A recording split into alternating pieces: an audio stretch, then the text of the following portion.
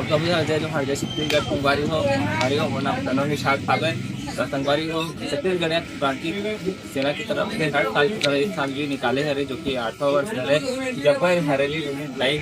निकाले के हाबे एक 8 जुलाई हरे और इस साल ये मतलब रैली के हर साल काफी जा रही है सब कुछ आप अगर दिखाए जाऊँ तो आप मतलब